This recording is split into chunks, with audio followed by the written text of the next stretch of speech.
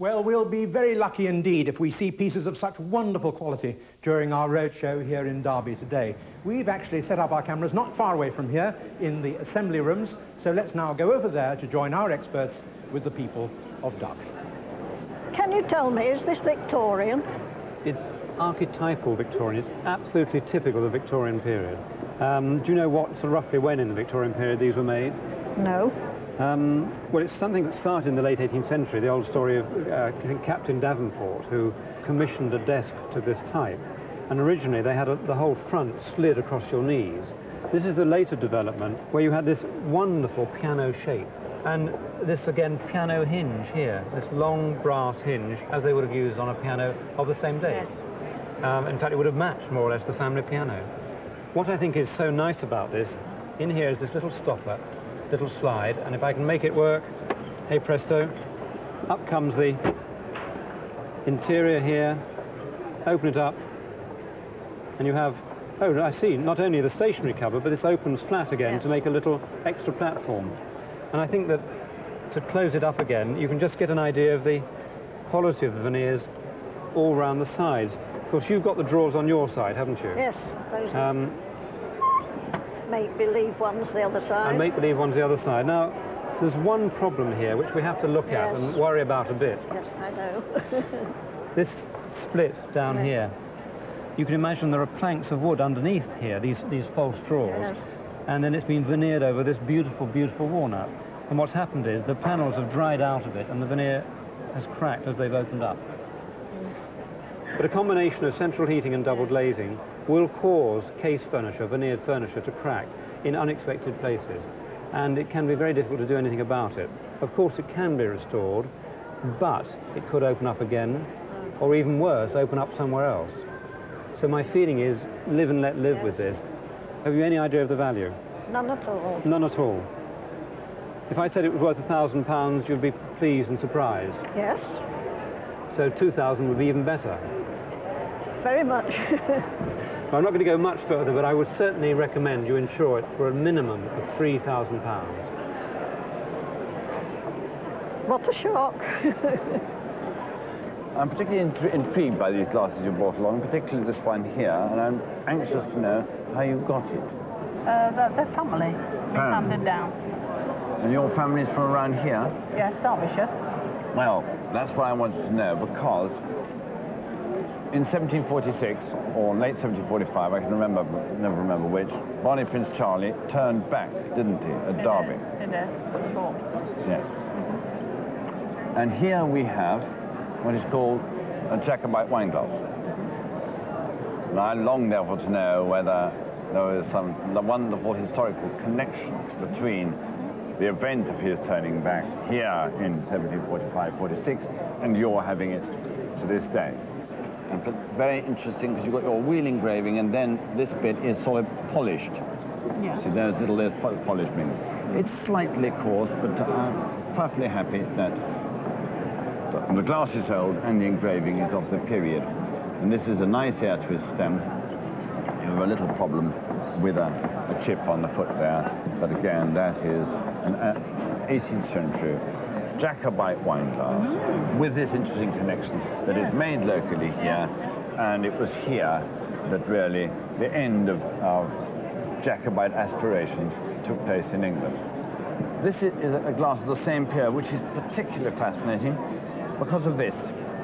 I don't think I've ever seen a stem which has such a complex, these little enamel apiaries, such a complex series with so many threads done in this spiral. It's most unusual, and with a lovely engraving of 1745, 1750 period. Very nice quality. This one, of course, is the more valuable one because it's a Jacobite. It's worth £450, £500, something like that.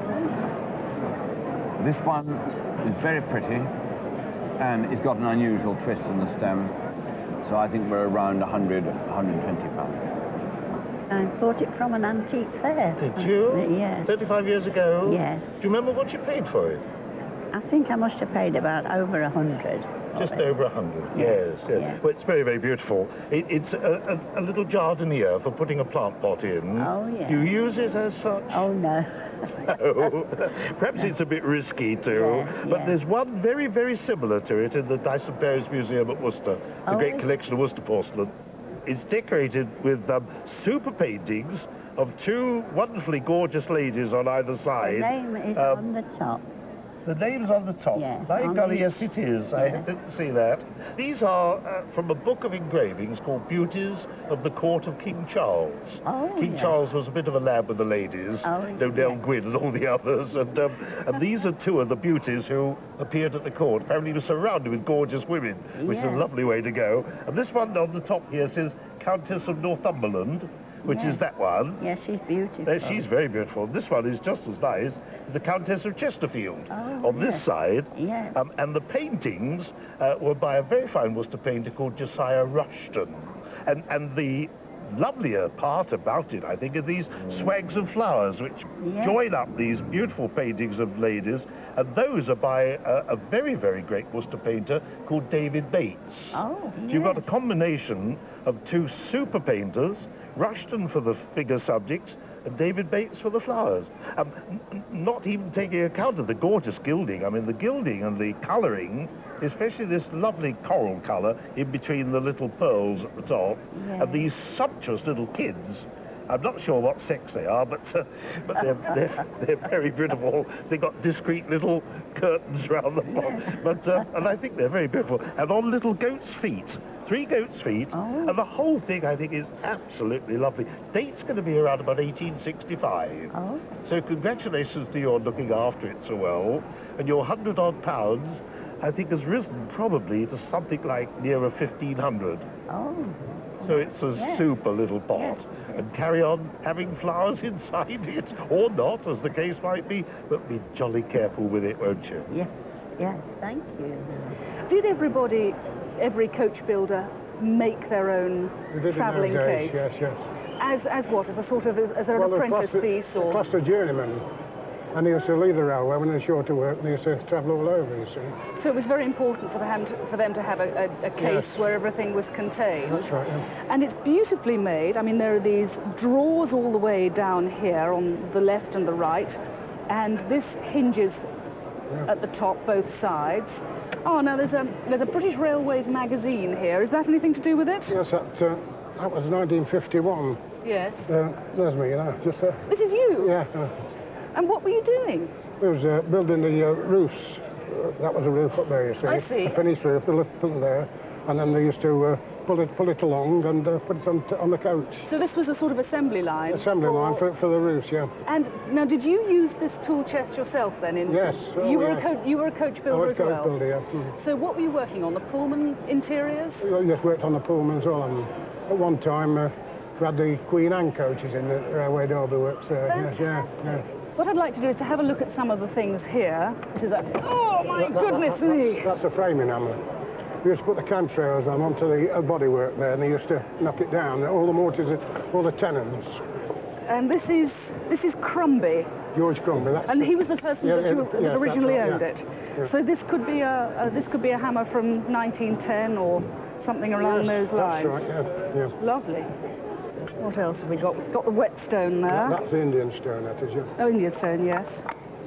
And that's got Pritchard on it. The picture, that's another one I brought up from another chap retired, you see. How lovely. So you've got memories from all your workmates here. Yeah. I mean, this is interesting. It's a Scotch brace. You've got to be very old to remember the Scotch brace, really. Yes, that's a lovely piece of metal. And look how it's been worn Yeah, here. It's that's got a right, real yeah. shine on Yeah. it. Do you have this at home, or is it with your Well, it's my son? grandson now. Yes. Well, for insurance, I think that you ought to be looking at a figure of around £800, perhaps as much as £1,000. It's a lovely object. Thank you very much. Thank you very much. Thank you. It's either, I mean, Gordon and I thought you were the right person. no, I think Eric is So doing it's Eric. It's so, absolutely Eric. there he is. there he is. It's certainly gold, and it's possibly rock crystal, maybe the glass. Anyway, the thing is that you put a photograph in here or a lock of hair, and the rounded nature of the sides magnifies it. I mean, it's a little sort of optical illusion.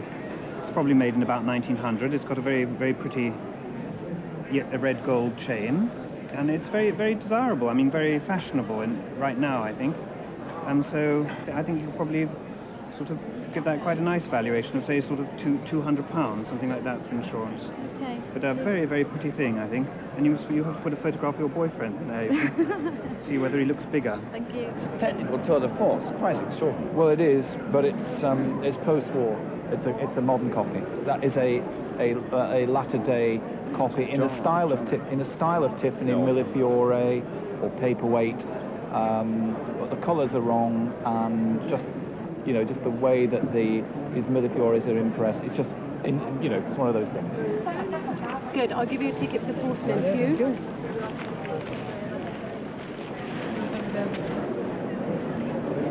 Now, this is most intriguing. Oh, is it? Where did you get it? I bought it in Nottingham last year at the auction at Johnson's. Oh, well, then that probably means that I've just been to ask Eric Knowles, and he says this is...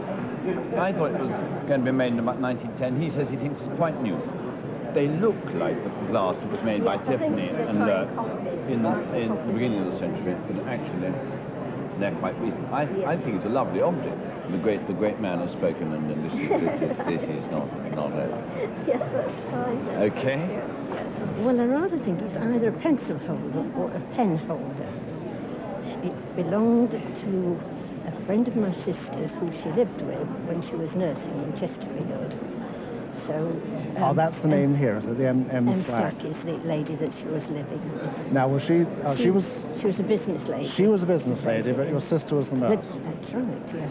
Because that's rather fascinating, because what it is, in fact, is a thermometer holder. It's a nurse's thermometer holder. What a coincidence. And very much the Florence Nightingale vintage. Ah, yes. That would, of course, suspend wherever on the uniform. And when they wanted the thermometer, they just pulled that. But it's the sort of thing that would be lovely for any nurse today. I would have thought that's somewhere around 120, 150 pounds. So do you know what we call this sort of clock? It's a skeleton clock. You're absolutely right. Yeah. It's quite an unusual sort of skeleton clock because it's a particular model that we don't see that frequently. Skeleton clocks are made of brass, and they are made by plates that are fretted, usually in an architectural style. And here we have one that is in a particular architectural style, and do you know which one it is? It's the Walter Scott Memorial in Edinburgh. Absolutely. Have you ever been up the Walter Scott? I haven't, no, but people who have seen it tell me it's a very good copy of the memorial. It is indeed. Walter Scott, as you probably know, died, I think, around 1833, having been one of the Scottish Border's most favourite products, if I might use that word. And this particular model was probably made around about the 1860s. The fun thing about this, though, is unusually, rather than just the plates, we have Scott and his dog. Yes. Makes it a bit more fun, doesn't it? So let's just look at the quality of the clock. Very typical silver chaptering, pierced, of course. And you can see through the chaptering 6 spoked wheels. Now, the more basic skeletons had 4 spokes in all the wheels of the train, and some had 5, but 6 spoke wheels are really top of the range, and the escape wheel here and all the other wheels are all 6 spoked. And you've probably noticed that the pendulum is rather nice. Yes. A nice pendulum. We've got an ebony rod, which is rather nicer than the average brass one. I didn't realise that was ebony at all. A lovely white marble base. And what's happened to the dome? I believe it got broken somewhere along the line. I remember as a child seeing it with a dome. But then when I inherited it, which would be about 18 years ago now, the dome was missing, presumably broken and disposed of, and the chain was broken. I trust you didn't break the dome as a child. No, I didn't. But I remember seeing it in my aunt's house, complete with a dome. You could get a dome. It would probably be about £120. It would be as good a match as you would ever want. And then when the clock was cleaned under the dome, you really won't have to do too much to it for many, many years. So, I think that it's the sort of thing that you ought to have insured now for about £1,600. Really? Ooh, lovely. Yes. So a nice thing to inherit. Yes, believe me, it will stay in the family if at all possible. Great. Given the overall shape of this piece and the colour and its use, we have a date round about 1790 to 1795. Before we look at it in any further detail, it just strikes me always when I see this quality furniture that the legs only taper from the inside. Later on, they tapered equally, so you've got almost a pin-toed look. Here, you've got this beautiful rectangle. They taper from the inside to the bottom, which gives it a nice sort of almost a splayed leg look, which is just that mark of extra quality. Anyway, having said that, tell me what family history there is. That date ties in, does it? Well, it was given to my father by Mr. Player, the cigarette flame, just before he died. Right. My father was butler to Mr. Player at Edniston Manor near Derby. And this particular piece, it was always in the bedroom of Mrs. Player. Right. That's good. Yeah. Because it was known originally as a lady's writing desk. And they came in two basic forms. They were popularised by the publication of Sheraton's drawing book. So that all ties in with that sort of period, late 18th century. Two main types. One had the solid fall, which is called a cylinder fall, and this one, which is made up of slats of wood which are put on a canvas, and that's known as a tambour front. So this is a tambour. It means that you've got a little shallower space here. If you have a complete quarter circle, it's got to be much deeper. Here you can, obviously because it folds up, it can go into a narrower space at the back. It just makes it look a little bit more elegant. And then you push the tambour back and you can pull out your writing slide, and that's another nice feature, a bit of quality. When you did that, you didn't have just an ugly space back here. They put these little dummy drawers at the back. Very charming and lined out on this mahogany with boxwood, and originally dark rosewood, and you had this most wonderful contrast because this would have been quite gingery, and then that would have been white, and then the rosewood black, and it would have looked quite startling.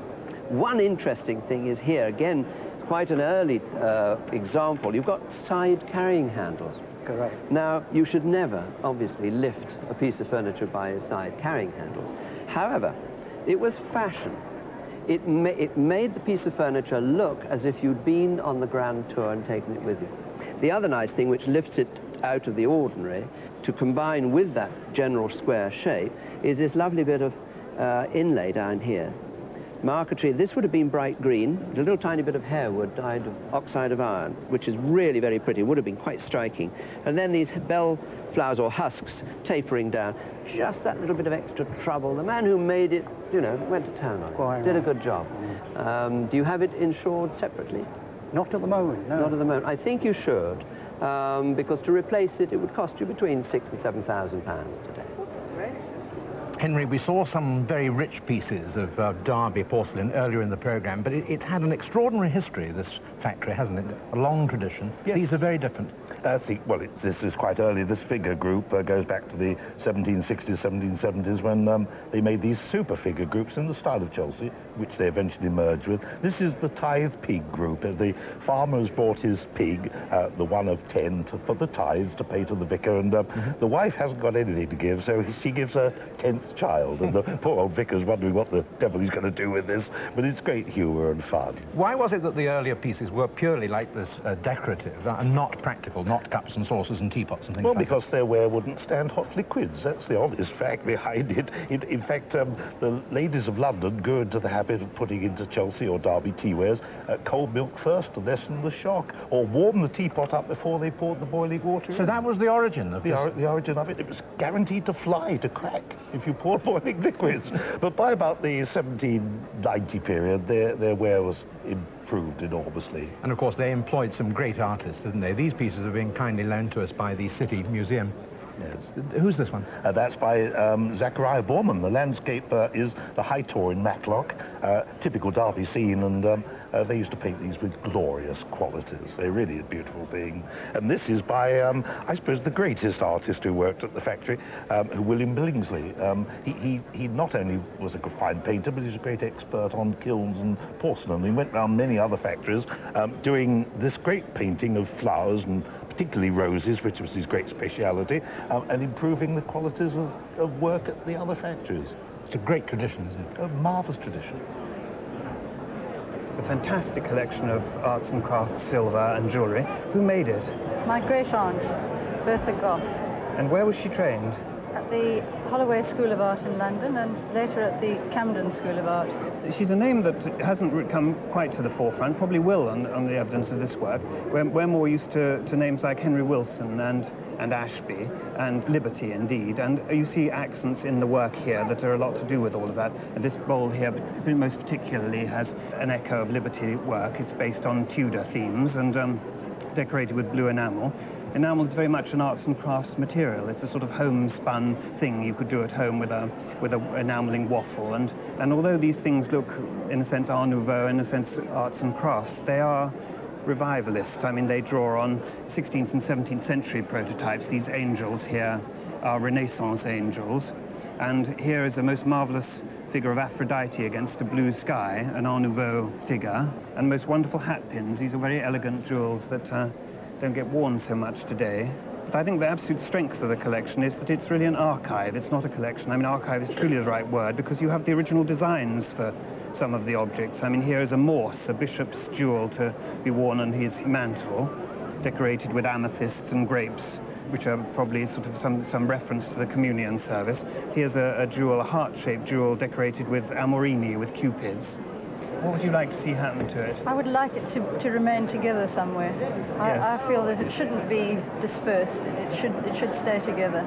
I've got a funny feeling that it's strong enough actually to command a place in a museum. I think that possibly a long-term loan might be something that you could look at. I mean, it's absolutely exceptional work. It's very inspired. I think so personal and so very difficult to value. And I think as a group of objects, some of which we haven't seen, I think you've got to think of about 25 to 30,000 pounds. Good grief. It's a wonderful thing. That's Thank you very incredible. much for bringing it. Thank you. I had that book because my father and my grandfather and my great-grandfather were all stonemasons. Right. My great-grandfather was also a wood carver, and it was who collected that book. Right. Was there any particular interest in the man who put this book together? Not at the time. No, but since then... Since then, a general interest in... Right. But not particularly in Pugin. I like architecture. Yes. Well, I'm particularly interested in this book. It's a bound-up series of a number of books, important books by Augustus Welby Northmore Pugin, the greatest architect and designer of the 19th century, in my opinion. I was responsible for curating the exhibition at the Victorian Albert Museum on Pugin last year. And so when I saw this, I thought this is something I must look at, I must talk about. He started as a designer in the 1830s working with his father, and books like this, details of ancient timber houses, Gothic furniture, designs for gold and silversmiths, these became the critical design books of the day because they established above all else in Britain the taste for the Gothic, the taste for true medieval art. And these books, of course, were published in 1835 and 1836, before he was established as an architect. Were they? Oh, yes. His first important church, interesting enough, was in Derby here. St. Marie's in Derby. Work began in 1838, but he'd already made his fame, above all else, as a designer for metalwork, for woodwork, and for all sorts of objects based on good medieval design principles. I noticed when it was bought, this book was 3 guineas. I mean, Pugin collectors would pay, £200–300 for a bound edition of his works like this. It's in very good condition, wonderful engravings. He etched them all himself. He was a writer, etcher, designer, a marvellous man. And I thought I had to see this, I had to talk to you, because here in Derby, where he started his career as an architect, it was wonderful to find this book. Thank you very much. I didn't know that he started in Derby. Oh, yes, that was his first major architectural commission. Thank you. Thank you. Thank you very much. It's one of those heater devices, sort of something you'd have in a muff, that sort of like. Absolutely. And how do you heat it up? Well, there's a little lamp which are burning. Yes, and it's gimbaled inside. Isn't that fun? It's a Actually, the more I fascinating look piece at of it, work. I would think that might be from the Regency period. Or do you think I wonder whether later? it might be earlier. What do you think of second half of the 18th century, or? See, the way the roses, it's not really a rose, but it's that sort of flower. That's very nice, isn't it? There was a potter called Ruskin who did high-fired glazes, high-temperature glazes, which other potteries tried to copy and got interested in. Yeah. And this is an example of that. There's another group of people called the Martin brothers, who were art potters in Lambeth, and they were incising wares with fish and so on. So this is influenced by both of them. A few years ago, it was worth nothing at all. But now it's becoming really collectible, and I just haven't seen anything like this. Absolutely lovely. These fish swimming in the lake, and two otters hanging from the bank and trying to dive off and chase them. I mean, it's a really lovely thing, a lovely pot to hold. And these days, as I say, becoming very collectible. I would have said that the value is £150. Where did you get it? It was handed down from my uncle. From your uncle? Yes. And you've got so much Denby. Did your uncle work at the factory? He worked at the factory, yes. Was he a potter? Yes, he was a sagger maker. A sagger maker. So. And the father, Joseph, Yes. worked at the factory as well, and he was a sagger maker's bottom knocker. Sagger maker's bottom knocker. Am I right in thinking what he does is knock the bottom of the sagger, which the pot is being fired in, and if it sounds right, then he knows the thing is baked. It's a bit like knocking the bottom of a cake, isn't it? To see whether it's cooked. Yeah. A sagger maker's bottom knocker. Well, I never thought I'd meet a relative of a sagger maker's bottom knocker. I mean, the way the engraving decoration is done, I wouldn't have thought it was Islamic, would you? No. I think it's certainly European, probably English, as a value. It's very rare, isn't it? Yes. I would think one would have to initially put an auction value on it of perhaps £600 to £800, which is not a bad return for the £5 you spent, is it? This is the Peter Pan portfolio, yes. Is that right? It was given to my husband when he was about 8. Well, it's a limited edition of 500 signed copies, as it says here. Copies numbered 101 to 600, of which this is 445. The previous ones, the earlier ones than that, do fetch an awful lot of money. But the point about this is that these are all the illustrations from Peter Pan in Kensington Gardens, which was a book that Rackham produced in about 1912, and I think this dates from 1912 as well, but they're twice as large. Look at that. I mean, that is just wonderful. Oh, the atmosphere of Kensington Gardens, the little fairies, and the gas lights there. I mean, that's absolutely wonderful, very atmospheric. Well, looking at it, I'm going to tell you what's wrong with it. It's lacking its ties here, which we would need for it to be absolutely complete. Yeah. And you probably know this ribbon is... Yeah, it's just disintegrated. Yes, it yes, just went yes. so lovely. But you're quite right, the silk does tend to fall apart. But the value of something like this, in this sort of condition, I would say about between £500 and £800. It's very often, you can date these pretty accurately from the patent date you have. It doesn't look as if you used it much. Not that much, no. Was that because it was expensive? Well, I was very young and I wasn't allowed much. Right. It has been on the local paddling pools and Ulverston, where I live, and took it to Bedlington once. So once you passed 40, you were allowed to play with it, were you? Just about. No, it's a lovely, lovely boat.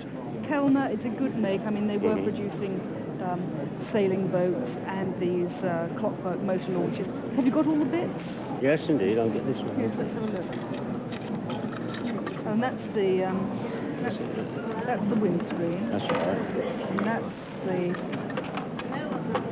keyhole. I'm glad they put the British flag on anyway. Oh, that's nice. And then it's got the competition number at the front. But it's a fantastic looking boat, isn't it? I mean, there are people now, thank goodness, who are collecting this date of boat. Value, I suppose, we're talking about £80. perhaps 100 on a really good day with the wind behind it. My father collected these about 20 years ago. It will take a few years. And before he died very recently, he gave them to me. Yes. But I mean, obviously he got them together some time ago, because for a start I see this Arctic medal here. Now, he's got a price on that of £70. Now, I don't know whether he paid £70 or that's the current value. But today that medal's worth 250. Now, if you apply that to his whole collection, it's just fantastic. You've got a Waterloo medal here. Now, today they are worth something in relation to £250 each. Yeah. This Military General Service medal. Now, this was issued for the men that served in the Peninsula campaigns of the Napoleonic Wars. Oh, right. But instead of issuing it straight away, they held fire, and it wasn't until 1849 that it was issued. Ah, and you had to still be alive in 1849 to be able to get it. Fought all the way through the peninsula That's in right, the early yes. 19th century. And this is one of those medals that you have Queen Victoria's head on, but they refer to the Napoleonic Wars. Oh. Again, that medal with those 3 bars and that regiment, it would be something in the region of £300 or £400. So you really have a lovely collection here. Seringapatam, this is when Wellington fought in India in 1799.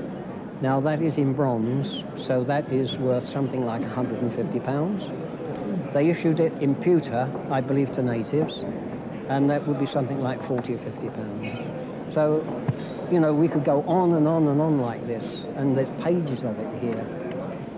And some of it is quite rare. And I think you're sitting on something like £4,000 or £5,000. All right? I hope that pleases you. Well, this is the troop ship Ridley, and this is our sleeping quarters. On the way to D-Day. On the way to the Normandy invasion. Yes. And every inch of the ship was completely filled with bodies. Yes. I mean, this was the hold, as it were. Yes. And the figures were getting ready for bed, really. It's fascinating. This has got the absolute immediacy of your account of it, because you took notes and then made this picture soon after. I did a series of notes and made colour notes and so forth. Wonderful. And then, well, let's go on to the next, because you landed and then you fought your way through, and then you got to this scene. Yes, well, this was in a field a little bit away from the actual trapping, and it was what you might call a clear-up area which had not been cleaned up. Yes. And it had been there for some time when we saw it. Frankly, I was so appalled at the funny thing that got me more than the men was the animals. And so because this was obviously, in spite of the modern technique of the German army, this was a horse transport. Even in 1944? Yes. So why did you actually paint this? I painted it to get it out of my system. Yes. I couldn't forget it. It was so terrible. Yes, yeah. But I thought if once I could get it painted, it would go and it would be a painting, and that was it. And then you got all the way through to the Rhine, didn't you? And this was actually 1945. So this, of course, both the Americans and the British were waiting on the west side of the Rhine, waiting to go over. Yes. And this was a cooking area. And I think that is also fascinating, because that takes us through to 1945, 50 years on now. And then... I'm afraid I did. And here is something very, very, very, very important, which hardly changed at all, if I may say so. But it's a jolly nice self-portrait. I think that is a bit of flattery, but you do a self-portrait when you've got nothing else to do. And this was done through a mirror, of course. Yes. And that's all I can say about that. Extremely good. And then you came back and some of your pictures, quite rightly, were submitted to the National Gallery for consideration for purchase. And you got this letter here, rather wonderful letter from the then director of the National Gallery, who was Kenneth Clark, Lord Clark of Civilization, saying what meritorious work he thought it was, how very good it was to see such meritorious work done by a serving soldier. And that's, yes, he was very kind to do this. I was half hoping that it might make me into a war artist at the time. I mean, it's certainly war artists' work of the very best quality. I mean, it's difficult for me to put a value on them, and it would be slightly impertinent for me to put a value on them, but I can imagine that a group of 30 watercolours should certainly be worth several £1,000 anyway for when it comes to the point that any museum negotiates for them. So let's hope that's where they end up, and thank you very much. Thank you. What I'd like to know is, what have you done with the third one? Never had any others. My auntie left me these in a will in a terrible condition about 3 years ago. I took advice and I was told it was possibly 4, 2 of each. But that's all I know, that there are only these 2 in the house. Well, I think there probably were actually only 3. 1 middle one and 2 side ones. And you've got the middle one and the side one. It's quite extraordinary to find them here because they've come a long way, all the way from Marieberg in Sweden, which is just outside Stockholm. And now we can look, I hope, at the mark. And the reason why it's difficult to interpret this mark is because that says MB. It looks like NB, but that is Marieberg there. And then there's your 3 crowns for Sweden. And normally on these pieces, there is a date. But they've cheated us. I think that's most unfair. They haven't put the date. Because normally on Marieberg pieces, you get absolutely the date. These are what are called terraced vases, and Marieberg's the only factory that made them. These vases, standing on a thing, you can walk up some steps to get there, and there are always animals at the bottom. And they're very interesting for 2 technical reasons.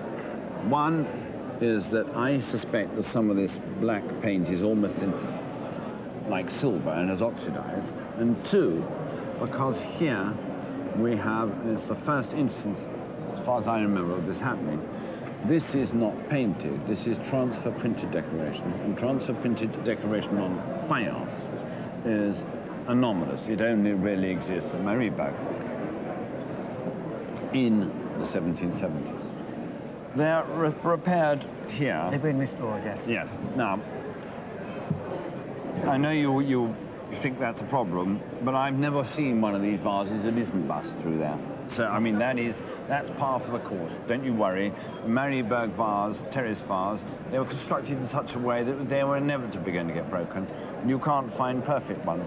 I would say that basically they're in jolly good shape, and the surface decoration is lovely. Pity you haven't got a set of 3, which would be nice. But if I say I think they're worth £1,500, £1,800 each, I think that's the kind of ballpark figure. Each, I think. Well, when I got them, they were in such a terrible condition, I nearly put them in the dustbin. But I did take some advice in Derby. It was well worth having them restored. I spent £700 having them done. That's a lot. It was all broken, all rusty. Yes. Yeah, they really were bad. This is a most wonderful nativity scene that you brought in, but where did it come from? Well, it's just been on the wall in the Church of St. James, Derby, for the last, I believe, about 50 years. And with any sort of security? Very, very little. I suggest you start to rethink on that. What we've actually got is a scene which is based on Raphael, an altarpiece by Raphael. Lots of arguments as to just where it should be attributed to as location. Date-wise, we're happy on 16th century. This is most wonderfully cast, and all these sections have been produced separately and again soldered onto the piece. So there's most wonderful workmanship in it. The figures in the background, again, most beautiful. And in fact, the figures do, I think, tend to point towards Flemish. Again, people are going to argue about it. And this is the sort of piece that does need a lot of research. The masks here as well, those are absolutely superb.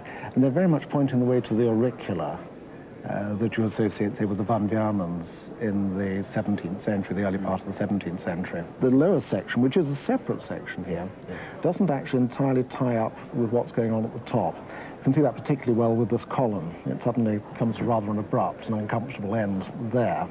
And again, this doesn't marry up the way the steps lead in. And then you sort of jump over. Now, that's not right. What I think's happened is that this formed part of a cabinet, which was quite a usual thing. And I would suggest that there must have been some sort of wooden section in between there, which would carry on those architectural features. And that when they took this out of the cabinet, they simply put those two pieces together. I would think that as a wonderful object, and it is a wonderful object without knowing the artist behind it, we should be thinking in terms of perhaps £10,000. That, if the research and if the authorities agree that it is going to be by a particular artist, could very quickly become a much larger sum of money, and I wouldn't be surprised to see 40 or 50,000. So it should be insured? Yes, it should certainly be insured. Right. Well, if there are any further developments on that silver plaque, any news, I will of course bring it to you in a later programme. And a reminder that in a fortnight's time we have the first of our new Antiques Roadshow compilations. That will be items from today's programme and indeed previous programmes in this series that we haven't been able to bring you so far purely for reasons of time. That's in a fortnight, but in the meantime we're off now to Bedfordshire, where we'll be at the same time next week. So until then, from all of us here in Derby, goodbye.